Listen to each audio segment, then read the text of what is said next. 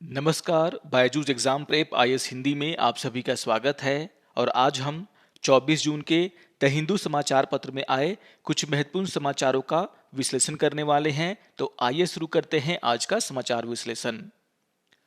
आज के विषयों पर चर्चा करने से पहले एक महत्वपूर्ण सूचना आप सभी के लिए है।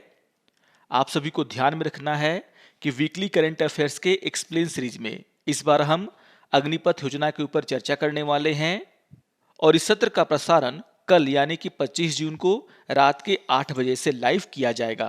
तो आप सभी इस सत्र को ज्वाइन कर इसका लाभ उठा सकते हैं। तो आपको ध्यान में रखना है कि इसका प्रसारण कल यानी कि 25 जून को रात के 8 बजे से लाइव किया जाएगा।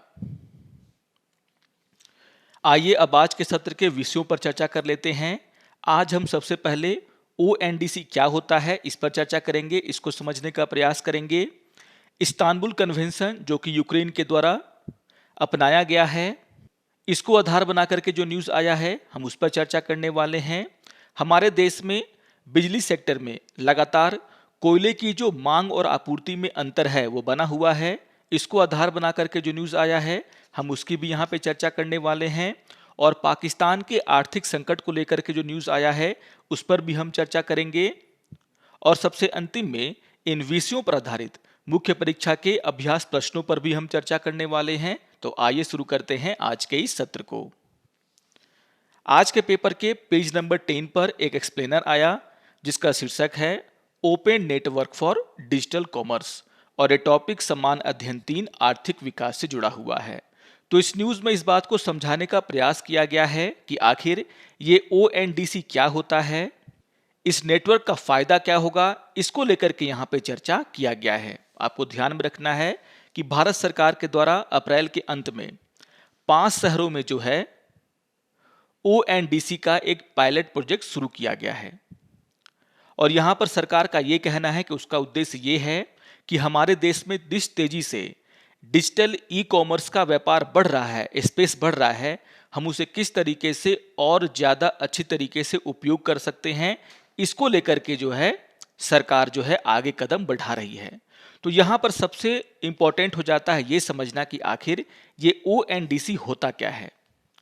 आप सभी लोगों ने यूपीआई का इस्तेमाल किया होगा। आप सभी जानते हैं कि यूपीआई भी एक ओपन सोर्स इंटरफेस है, यानी कि अगर आपके पास फ़ोन पे है, अगर आप अमेज़ॉन पे पे हैं, अगर आप पेटीएम पर हैं, अगर आपके पास गूगल पे है, तो ये अलग अलग क्या है, एक प्लेटफॉर्म है जिससे आप पैसे को आदान प्रदान कर सकते हैं। लेकिन जब हम यूपीआई की बात करते हैं तो आप यूपीआई के तहत इन सभी सर्विसेज का फायदा एक ही साथ उठा सकते हैं। यानी कि यूपीआई एक ऐसा इंटरफेस है जहां पर फोन पे, गूगल पे, पेटीएम, अमेज़न पे सभी उपलब्ध हैं। आपको जिसका इस्तेमाल करना है उसका इस्तेमाल करने का आपके पास छूट होता है।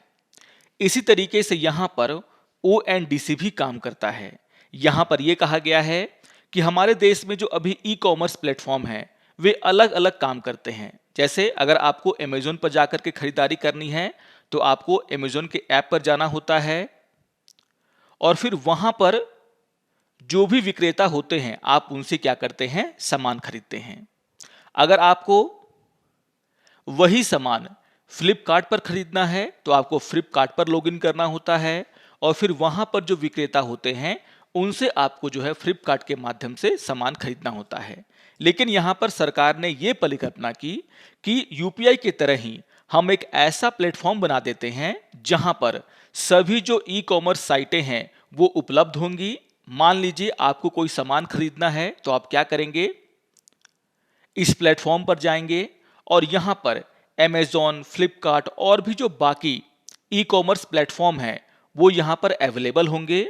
अगर आपको कोई सामान खरीदना है तो आप यहां पर ये देखेंगे कि फ्लिपकार्ट पर इसका क्या रेट है, अमेज़न पर इसका क्या रेट है, दूसरे जो ई कॉमर्स साइट है उस पर इसका क्या रेट है और आपको जिस प्लेटफॉर्म से सामान खरीदना है आप क्या करेंगे, उस प्लेटफॉर्म से सामान खरीद लेंगे।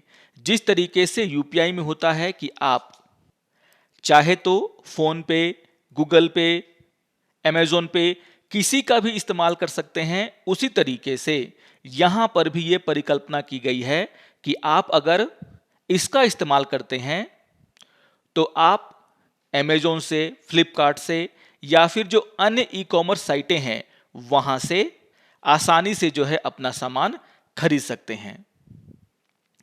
तो इसी को लेकर के सरकार के द्वारा जो है एक पायलट प्रोजेक्ट चलाया जा रहा है। यहां पर सरकार का यह कहना है कि जिस तरीके से लोग यूपीआई का पैसे भेजने या प्राप्त करने के लिए इस्तेमाल करते हैं, चाहे भले ही वो किसी भी भुगतान प्लेटफॉर्म पर पंजीकृत हों, उसी तरीके से हम क्या करेंगे, ओएनडीसी मॉडल बनाएंगे जहां पर जो है आप किसी भी ई कॉमर्स प्लेटफॉर्म से अपना सामान खरीद सकते हैं।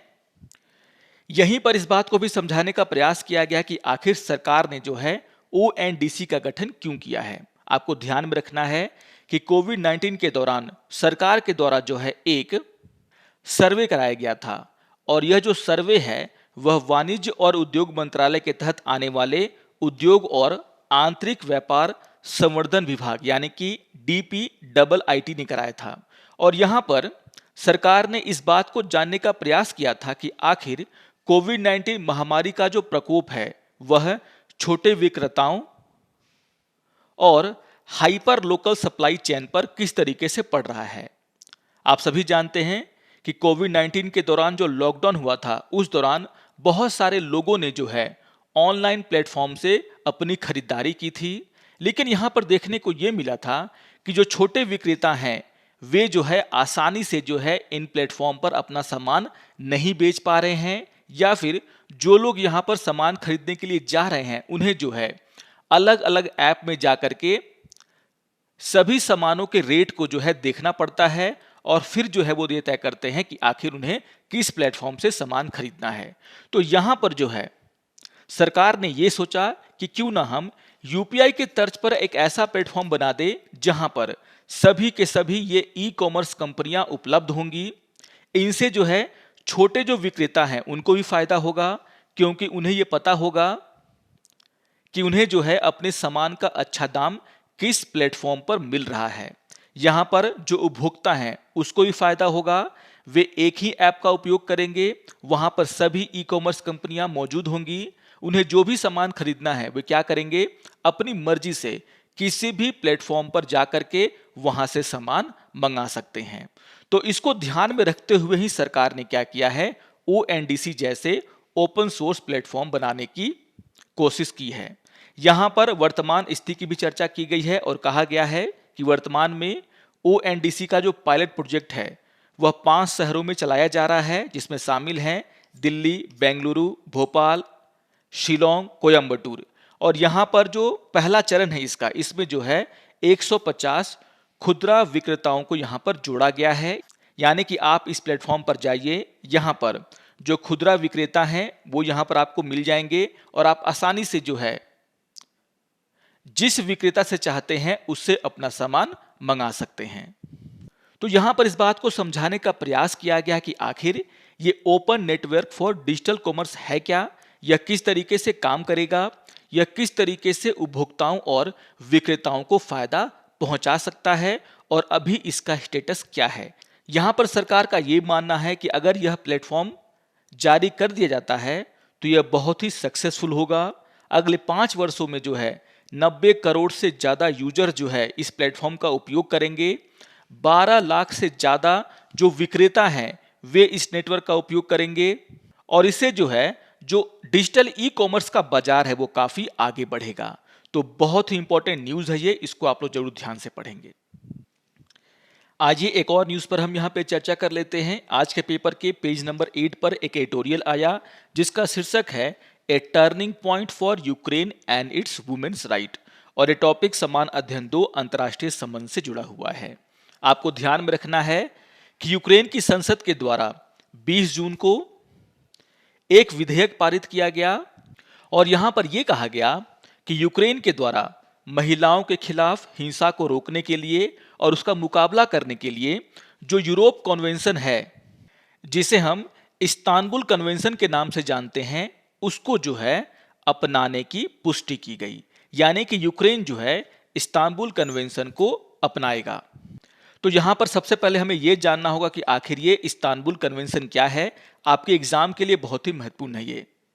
आपको ध्यान में रखना है कि यूरोपीय यूनियन के द्वारा महिलाओं के खिलाफ जो सभी प्रकार की हिंसाएं होती हैं उसको रोकने के लिए, ऐसा करने वालों पर मुकदमा चलाने के लिए, और यूरोप में जो है लैंगिक समानता को बढ़ावा देने के लिए, और वैसी महिलाएं जो इस हिंसा का शिकार होती हैं उनकी सुरक्षा, उनके पुनर्वास को सुनिश्चित करने के लिए जो है इस्तांबुल कन्वेंशन, जो कि एक मानवाधिकार संधि है, उसकी स्थापना की। तो यहां पर आपको ध्यान में रखना है कि यूरोपीय यूनियन के द्वारा जो है महिलाओं को हिंसा से बचाने के लिए, उनके अधिकारों की रक्षा के लिए एक मानवाधिकार संधि पर हस्ताक्षर किए गए थे, जिसे हम कहते हैं इस्तांबुल कन्वेंशन। आपको ध्यान में रखना है कि यह संधि मई 2011 में हुआ था और यहां पर यूरोपीय संघ से जुड़े लगभग 34 देशों ने इस संधि पर हस्ताक्षर किए थे और 24 नवंबर 2011 को तुर्की के द्वारा इस्तांबुल सम्मेलन की पुष्टि की गई थी। वह पहला देश था जिसने कि इस्तांबुल कन्वेंशन की पुष्टि की थी और इसी को ध्यान में रखते हुए तुर्की के द्वारा 2012 में इस्तांबुल कन्वेंशन को शामिल करते हुए घरेलू कानून भी बनाए गए थे। हालांकि आगे चल करके तुर्की इससे बाहर निकल गया था, लेकिन आपको ध्यान में रखना है कि यूक्रेन ने भी उस समय यानी कि 2011 में इस पर हस्ताक्षर किए थे, यानी कि इस संधि पर हस्ताक्षर किए थे, लेकिन यूक्रेन ने अभी तक इसकी पुष्टि नहीं की थी। तो आपको ध्यान में रखना है कि जब यह संधि हुआ था यानी कि 2011 में, तो यूक्रेन के द्वारा भी इस संधि पर हस्ताक्षर किए गए थे, लेकिन यूक्रेन ने अभी तक जो है इस संधि की पुष्टि नहीं की थी, यानी कि इस संधि को अपने देश में लागू नहीं किया था। यहां पर यह कहा जाता है कि यूक्रेन के जो कट्टरपंथी ग्रुप्स हैं वे इसके खिलाफ थे और इसीलिए जो सामाजिक कार्यकर्ताओं के बार बार विरोध के बावजूद सरकार जो है इसकी पुष्टि करने में विफल रही थी। हालांकि यहां पर आपको ध्यान में रखना है कि यूक्रेन उन 11 देशों में से एक था जिन्होंने इस संधि पर हस्ताक्षर तो किए थे, लेकिन इसकी पुष्टि अपने अपने देशों में नहीं की थी। फिलहाल यहां पर यूक्रेन ने जो है इसकी पुष्टि कर दी है और इसको लेकर के फिर यूक्रेन में जो है कानून भी बनाए जाएंगे। यहां पर यह कहा जा रहा है कि जिस तरीके से रूस के द्वारा जो है यूक्रेन की महिलाओं पर अत्याचार किए गए हैं और जिस तरीके से जो युद्ध है वो लंबा खिंचता चला जा रहा है, उससे यह भी आशंका है कि यूक्रेन की महिलाओं पर यह अत्याचार और बढ़ेंगे। इसको देखते हुए कहीं ना कहीं यूक्रेन ने जो है इस्तांबुल कन्वेंशन की पुष्टि की है, अपने देश में इसे लागू करने पर उसने जो है हामी भर दी है। तो यहां पर यह कहा गया है लेखक के द्वारा कि जैसे जैसे यूक्रेन और रूस का तनाव आगे बढ़ता जा रहा है, जो लिंग आधारित हिंसा होती है औरतों के खिलाफ, उसका जोखिम भी और बढ़ता जा रहा है और इसीलिए यूक्रेन को महिलाओं को जो है अत्याचार से बचाने के लिए एक कठोर कानून अपनाने की जरूरत थी, जिसको देखते हुए यूक्रेन ने यह कदम उठाया है। इस कन्वेंशन की पुष्टि के बाद यूक्रेन को अपने देश में महिलाओं के खिलाफ जो दुर्व्यवहार होते हैं, जो अत्याचार होता है, उसके खिलाफ एक कड़ा कानून बनाना होगा और यहां पर सभी तरह के अपराध जिसमें शामिल हैं औरतों का पीछा करना, उनसे जबरन शादी करना, उनका शारीरिक और मानसिक शोषण करना, जबरन गर्भपात, नसबंदी, ये सभी जो है इसमें शामिल हैं और यहां पर यूक्रेन जो है इन सभी को लेकर के अपने देश में एक कड़ा कानून बना सकेगा। लेकिन यहां पर जो सबसे अंतिम में बात कही गई है वो काफी महत्वपूर्ण है। यहां पर यह कहा गया है कि कहीं ना कहीं यूक्रेन के द्वारा जो इस संधि की पुष्टि की गई है वह इस बात का सूचक है कि यूक्रेन जो है वह यूरोपीय संघ के और नजदीक जा रहा है। आप सभी जानते हैं कि यूक्रेन यूरोपीय संघ में शामिल होना चाहता है और यूक्रेन के द्वारा इस्तांबुल संधि को अपने देश में लागू किया जाता है, तो यह कहीं ना कहीं यूक्रेन का जो इमेज है पूरे यूरोप में उसको और मजबूत करेगा और यूक्रेन और यूरोपीय संघ का एकीकरण में भी जो है ये मदद करेगा। आप सभी को पता है कि जब भी यूरोपीय यूनियन किसी देश को अपनी सदस्यता देने पर विचार करता है तो वह सबसे पहले ये गौर करता है कि आखिर उस देश में मानवाधिकारों का उल्लंघन तो नहीं हो रहा है, उस देश ने जो है मानवाधिकारों के लिए क्या किया है। और यहां पर जब यूक्रेन जो है इस्तांबुल कन्वेंशन को अपने देश में लागू करेगा तो उसका जो ट्रैक रिकॉर्ड है महिलाओं के अत्याचार को लेकर के वह सुधरेगा, वह अच्छा होगा।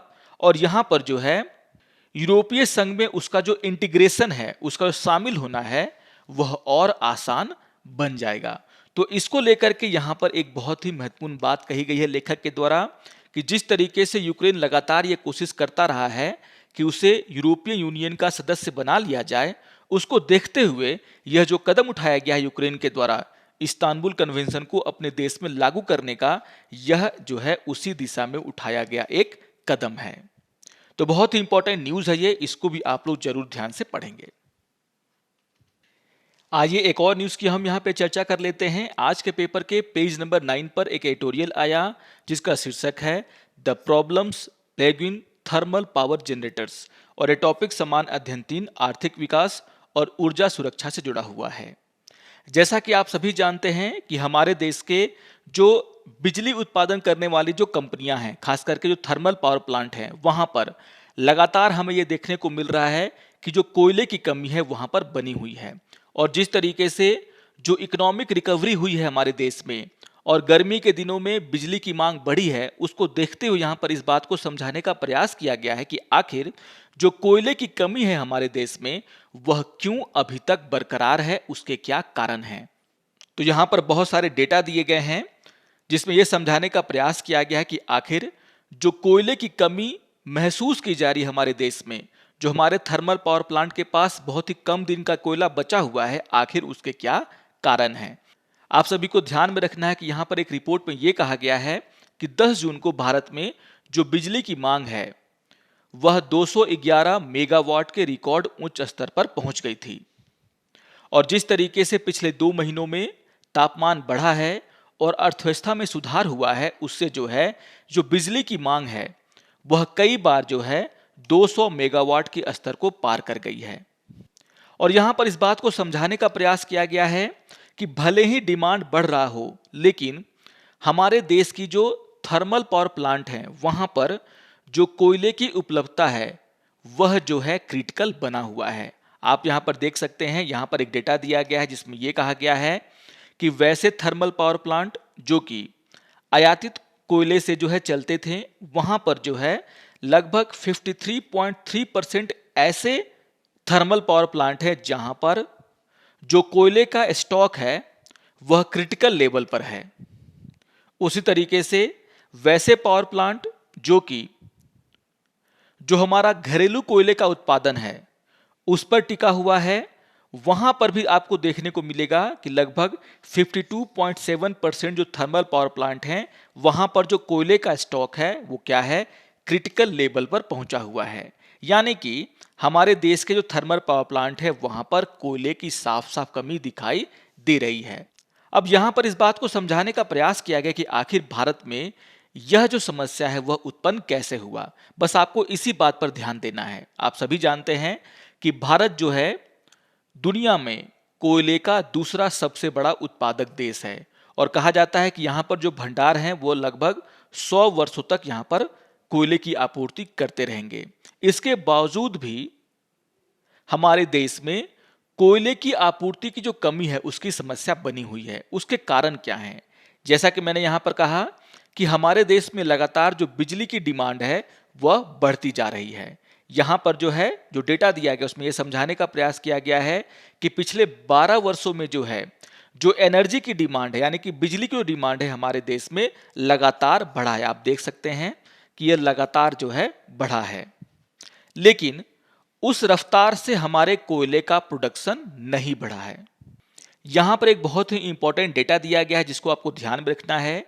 यहां पर यह कहा गया है कि फाइनेंशियल ईयर 2020-21 में हमारे देश के अंदर जितना भी कोयले का उत्पादन होता था उससे जो है हमारे देश में के जो बिजली संयंत्र हैं उनकी कोयले जरूरतों का 90% तक पूरा किया जाता था और बाकी का जो शेष 10% है वह जो आयातित कोयले हैं उससे जो है पूरा किया जाता था। यानी कि जो हमारे देश में कोयले की जरूरत थी उसका 90% हम अपने देश में जो कोयले का उत्पादन होता है उससे पूरा करते थे, और 10% का जो पूर्ति है वह आयात के द्वारा किया जाता था।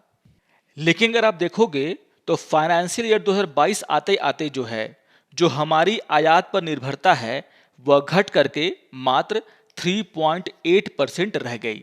यानी कि 2020 से पहले हम लगभग अपनी जरूरतों का 10% के लगभग कोयला आयात करते थे, जबकि 2020 के बाद ये देखने को मिला है कि जो हमारा कोयले का आयात है वो काफी घटा है, और वह अभी घट करके मात्र 3.8% रह गया है। इसका मतलब ये है कि जो हमारे देश में कोयले की घरेलू आपूर्ति है उस पर दबाव बढ़ा है। अब यहां पर इस बात को भी आपको समझना होगा कि आखिर जो कोयले का आयात है वो हम क्यों कम कर रहे हैं। आपको ध्यान में रखना है कि इन थर्मल पावर प्लांट के द्वारा 2017 में लगभग 66.06 मेट्रिक टन कोयले का आयात किया गया था, जो कि वर्ष 2022 में घट करके मात्र 27 मीट्रिक टन हो गया है। यानी कि जो हमारी घरेलू उत्पादन है कोयले की उस पर दबाव बढ़ रहा है, और उसके कारण भी जो कोयले की आपूर्ति है थर्मल पावर प्लांट में वो क्या हुई है, कम हुई है। अब यहां पर एक डेटा और कर दिया गया है। यहां पर यह कहा गया है कि जो इंटरनेशनल प्राइसेस हैं कोयले की वो लगातार आपको देखने को मिलेगा कि वह बढ़ रही हैं। यहां पर आप देख सकते हैं कि ये जो ब्लू कलर से दिखाया गया है कि 2021 के बाद से लगातार जो अंतर्राष्ट्रीय कोयला है उसकी जो कीमतें हैं वह लगातार बढ़ती रही हैं, और यह बहुत बड़ा कारण है जिसके कारण हमारे देश में जो कोयले का आयात है वो कम हो रहा है, और इसीलिए हमारी जो घरेलू उत्पादन है उस पर दबाव बहुत ही बढ़ गया है। हम उस मात्रा में उत्पादन नहीं कर पा रहे हैं जिससे कि इन कोयला संयंत्रों को उचित मात्रा में हम कोयला मुहैया करा सकें। अब यहां पर यह भी बताने का प्रयास किया गया कि आखिर वो क्या कारण है जिसके कारण ये जो पावर प्लांट हैं वे कोयले का आयात नहीं कर रहे हैं। यहां पर यह कहा गया है कि हमारे देश की जो अधिकतर पावर फाइनेंस कंपनियां हैं वो क्या हैं, घाटे में चल रही हैं। यहां पर एक डेटा का जिक्र किया गया है जिसमें यह कहा गया है कि जो पावर फाइनेंस कॉर्पोरेशन है उसका जो 2019-20 का रिपोर्ट है उसमें यह साफ कहा गया है कि जो हमारे देश में जो पावर डिस्ट्रीब्यूशन करने वाली कंपनियां हैं उन्हें लगभग 5.07 लाख करोड़ तक का घाटा हुआ है, और इसीलिए ये जो डिस्कॉम है वो क्या करते हैं, इन थर्मल पावर प्लांट को उनका पैसा समय पर नहीं देते हैं, और ये जो बिजली संयंत्र है यानी कि थर्मल पावर प्लांट है उनके पास पैसे नहीं है कि वो क्या करें, अंतर्राष्ट्रीय बाजार से ज्यादा पैसे देकर के कोयले का आयात कर सकें। आप सभी को ध्यान में रखना है कि तमिलनाडु, राजस्थान, उत्तर प्रदेश में ऐसे डिस्कॉम है यानी कि बिजली वितरण करने वाली कंपनियां हैं जिनका जो आर्थिक हालत है वो काफी खराब हो चुका है, और इन डिस्कॉम के द्वारा इन बिजली संयंत्रों का जो बकाया है वह समय पर नहीं दिया जाता, और इन बिजली संयंत्रों के पास इतना पैसा नहीं है कि वे बाहर से कोयले का आयात कर सकें। अगर आप देखोगे तो जिस दौरान इंटरनेशनल मार्केट में कोयले की कीमत बढ़ी है उसी दौरान हमारे देश में जो कोयले का घरेलू दाम है वह लगभग स्टेबल रहा है, और इसीलिए ये जो बिजली कंपनियां हैं वो ये चाहती हैं कि वह घरेलू कोयले का ज्यादा से ज्यादा इस्तेमाल करें। तो यहां पर इस बात को समझाने का प्रयास किया गया कि आखिर यह जो कोयले का शॉर्टेज है हमारे देश में वह किन कारणों से बना हुआ है। यहां पर जो डेटा दिया गया है द हिंदू में वो बहुत ही आपके लिए महत्वपूर्ण है कि किस तरीके से हमारे देश की जो डिस्कॉम कंपनियां हैं जो बिजली का वितरण करती हैं वे घाटे में चल रही हैं। आप देख सकते हैं कि जो तमिलनाडु, राजस्थान, उत्तर प्रदेश, मध्य प्रदेश, तेलंगाना ये ऐसे राज्य हैं जहां पर वहां की बिजली वितरण करने वाली कंपनियों को बहुत ही ज्यादा घाटा होता है। तो इन सभी डेटा को अगर आप ध्यान में रखते हैं तो आपको समझ में आएगा कि आखिर जो हमारे देश में कोयले की कमी है वह क्यों बनी हुई है, क्यों ये थर्मल पावर प्लांट विदेशों से कोयला आयात नहीं कर पा रहे हैं। तो इन सभी बातों को यहां पर समझाने का प्रयास किया गया है। तो बहुत ही इंपॉर्टेंट न्यूज है ये, इसको भी आप लोग जरूर ध्यान से पढ़ेंगे। आइए एक और न्यूज़ की हम यहाँ पे चर्चा कर लेते हैं। आज के पेपर के पेज नंबर 10 पर एक्सप्लेनर आया जिसका शीर्षक है Pakistan economic modelling and IMF challenges. ये टॉपिक समान अध्ययन 2 अंतर्राष्ट्रीय संबंध से जुड़ा हुआ है। तो यहाँ पर इस बात को लेकर के चर्चा की गई है कि किस तरीके से पाकिस्तान जो है वह आर्थिक संकट से गुजर रहा है, आखिर इसके क्या कारण हैं, क्या आईएमएफ ऐसी स्थिति में पाकिस्तान का सपोर्ट करेगा। तो इन सभी बातों को यहां पर समझाने का प्रयास किया गया है। आप सभी को ध्यान में रखना है कि पाकिस्तान का जो विदेशी मुद्रा भंडार है वह पिछले एक साल से बहुत ही घट रहा है, वो बहुत ही कम हो गया है। और जून 2022 में यह कहा गया कि वहां पर जो विदेशी मुद्रा भंडार है वो लगभग सिर्फ और सिर्फ 8.9 अरब डॉलर का ही बचा हुआ है, जो कि उसके लिए काफी कम है। और यहां पर आपको यह भी ध्यान में रखना है कि जो रेटिंग एजेंसी मूडीज है उसने जो है पाकिस्तान का जो आउटलुक है उसको जो है डाउनग्रेड कर दिया है, यानी कि नकारात्मक कर दिया है, निगेटिव कर दिया है, जिससे कि वहां पर जो फॉरेन डायरेक्ट इन्वेस्टमेंट भी होता है वो भी क्या होगा, बंद हो जाएगा। हालांकि पाकिस्तान की सरकार जो है आईएमएफ के साथ बातें कर रही है, लेकिन अभी तक जो है आईएमएफ के द्वारा पाकिस्तान को जो है कोई भी समर्थन देने की बात नहीं कही गई है, यानी कि यहां पर जो वार्ता में जटिलताएं हैं वो बनी हुई हैं। अब यहां पर इसी बात को समझाने का प्रयास किया गया है कि क्या आईएमएफ पाकिस्तान को राहत देगा या नहीं देगा। तो जैसा कि मैंने कहा कि जब से पाकिस्तान की अर्थव्यवस्था की खराब हालत शुरू हुई है तब से जो है पाकिस्तान आईएमएफ से समर्थन की मांग कर रहा है। बीच में जो बातचीत है वो बंद हो गई थी जब इमरान खान वहां के प्रधानमंत्री थे, लेकिन अब फिर से जो है वहां पर सरकार बदलने के बाद पाकिस्तान की सरकार जो है वह आईएमएफ के साथ बातचीत कर रही है कि आईएमएफ जो है उनकी अर्थव्यवस्था को सुधारने के लिए कुछ पैकेज दे। अब यहां पर जो है सवाल ये उठता है कि क्या आईएमएफ जो है पाकिस्तान का सपोर्ट करेगा। आपको ध्यान में रखना है कि पाकिस्तान में आईएमएफ के खिलाफ जो माहौल है वो सही नहीं है और कहीं ना कहीं इसके लिए जो पुरानी सरकारें हैं वह दोषी हैं। आपको ध्यान में रखना है कि वहां पर आईएमएफ का विरोध किया जाता है। ज्यादातर जो कट्टरपंथी वहां पर पार्टियां हैं वे आईएमएफ के साथ पाकिस्तान सरकार के बातचीत का विरोध करती हैं।